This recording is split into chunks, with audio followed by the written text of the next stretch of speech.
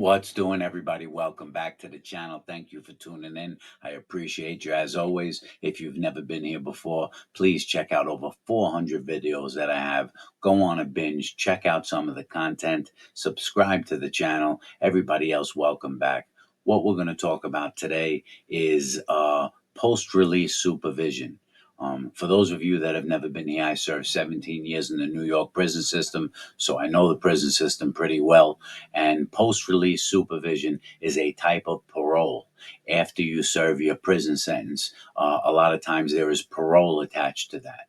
And these days they call it post-release supervision. So I'm going to explain to you the difference about the sentencing, the post-release, and the parole, what it is. So when you hear it, you understand it. But first, I'm going to read you a little something. I was just scrolling through my phone, looking at the news in my local area, and I really want you to pay attention to something. Let me put on the glasses and listen to this before we get started. I'm going to read you a few headlines and then make my point. Contractor arrested, accused of bilking woman out of nearly $60,000. Another headline, 19-year-old woman killed in a Hempstead triple shooting. Another one, 3 people arrested for driving with weapons and drugs. Selden man charged with trying to take inappropriate photo of a teen in ShopRite. Long Island teen arrested for a fake SantaCon event. West Hampton postal worker arrested, accused of trying to stop an ICE arrest. Police charged 17-year-old with gang assault in the stabbing of another. Woman and her boyfriend charged with murder of a man outside the Stony Brook Yacht Club. Former Nassau nursing home aide convicted of sexually abusing disabled residents. Arrest made in fatal stabbing in Stony Brook. Man faces animal cruelty charges for a second time. I mean, this just goes on, right? And the reason I'm reading you those headlines is obviously all those people right there did not think before they acted. They did not think about consequences. Before you get involved in any situation in life, viewers, please pay attention to this. Always think about what's at stake. Ask yourself that question. What's at stake? Then ask yourself, what are the consequences? And then remember after that, that the choice is yours. That may sound corny, but all those people didn't think about it. And they're going to suffer. They're going to lose a lot. Most are going to end up in prison. Some are going to prison probably for life.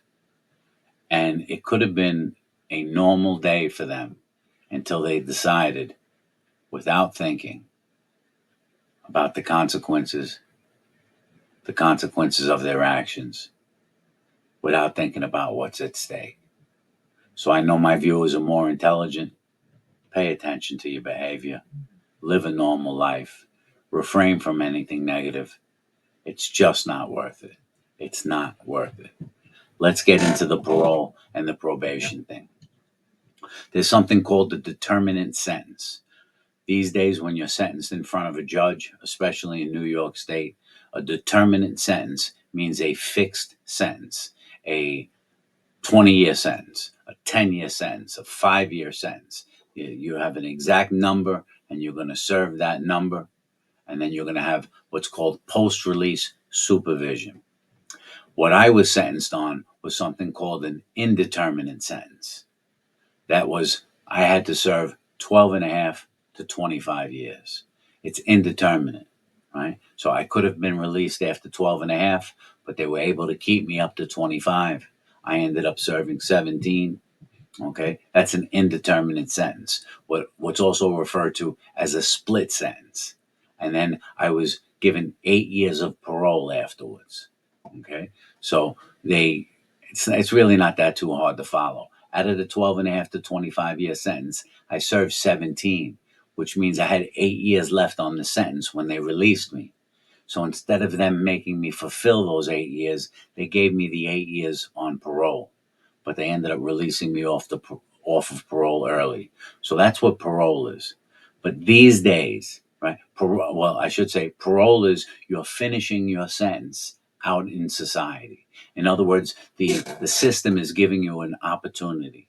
The system is giving you a chance. The system is giving you what is called good time. Out of the 12 and a half to 25 years, I served 17 years, and then they said, we're going to release you on your conditional release date, right? But you have 8 years of parole. And if you violate that parole, in other words, you're still serving your sentence. You're just serving it out in the free world. You're still serving your sentence. You are still under the conditions of the New York State Department of Corrections. You are still under the conditions of the Division of Parole, right? They've made an agreement that they're going to let you out to finish your sentence on the street. And if you violate any of their rules, they're allowed to revoke your parole and bring you back into prison to finish that sentence. Right? It doesn't mean that they make you finish all of it. Sometimes they bring you back in and say, give us another year, a 1 year violation, a 90-day violation. But they can legally bring you back in and make you do the whole, let's say in my case, 8 years. But I'm off of parole. I've been off of parole for many years, but that's the way that it works. Now they changed the law a little bit into what's called the determinate sentences. The one I just explained was an indeterminate sentence. Now they have a determinate sentence. That means the sentence isn't split like mine, which was 12 and a half to 25. They just give a straight number. You're sentenced to 5 years, 10 years, 15 years, 20 years straight. And then you still don't do, if you're sentenced to 20 years, you don't do the whole 20. You do about 85% of that. And then they'll release you. A lot of times they release you on the condition of what's called post-release supervision. And so I'll give you an example. The correctional officer that was just sentenced in the Robert Brooks case, one of them received 15 years and 5 years of post release supervision. And so, what that means is after he serves his sentence and he's released on post release supervision, if he violates that post release supervision, if he commits a crime, if he does something he's not supposed to do, and the Division of Parole decides to violate him, they bring him back into prison and he has to fulfill those 5 years of post release supervision. They can make him do 5 more years if they bring him back in, right? And so that's what post release is. Post release is basically the same thing as parole. It's not much different. It's just that when you get violated, the terms and conditions are different, right? On when he's on parole, some of the rules on parole is you're usually not allowed to consume alcohol. You're not allowed to do obviously any types of drugs. They give you a curfew. You have a curfew. When I came home, my curfew was like 6 p.m. But then they increase the curfew as they watch your behavior, and then the curfew becomes 8 p.m. and then 10 p.m. When you're first home, they usually make you report to parole on a weekly basis. You have to report to parole the second you walk out of prison. Within 24 hours, you have to report to parole. And then they usually make you come on a weekly basis. After you go every week for a month or two, it really depends on the officer. It depends on your case. Then they can make you come once every 2 weeks, then once every 3 weeks, once a month. I got to the point where I was reporting every 4 months. So I was only reporting to parole 3 times a year, right? And so parole has a lot of conditions. You're not allowed to ever have a weapon. You have a curfew. You're not allowed to drink alcohol. Any job you have has to get approved by parole, right? And so there's a lot of conditions with parole. I've heard a lot of guys complain about parole. They always say, yo, the parole officer is harassing me. There's parole officers like that. But a lot of the guys come home and they don't want to work. A lot of the guys come home, they want to go right back to hustling, selling drugs. A lot of guys come home and they want to go back to living a criminal lifestyle. And so they don't like parole being on their back. I was on 8 years of parole. I didn't do all 8. I did 5 years. And in those 5 years, I had about 6 different parole officers. They changed them. There seems like there's always a rotation. The guys are moving on. They're quitting. They're getting supervisor positions. So you always have a different parole officer.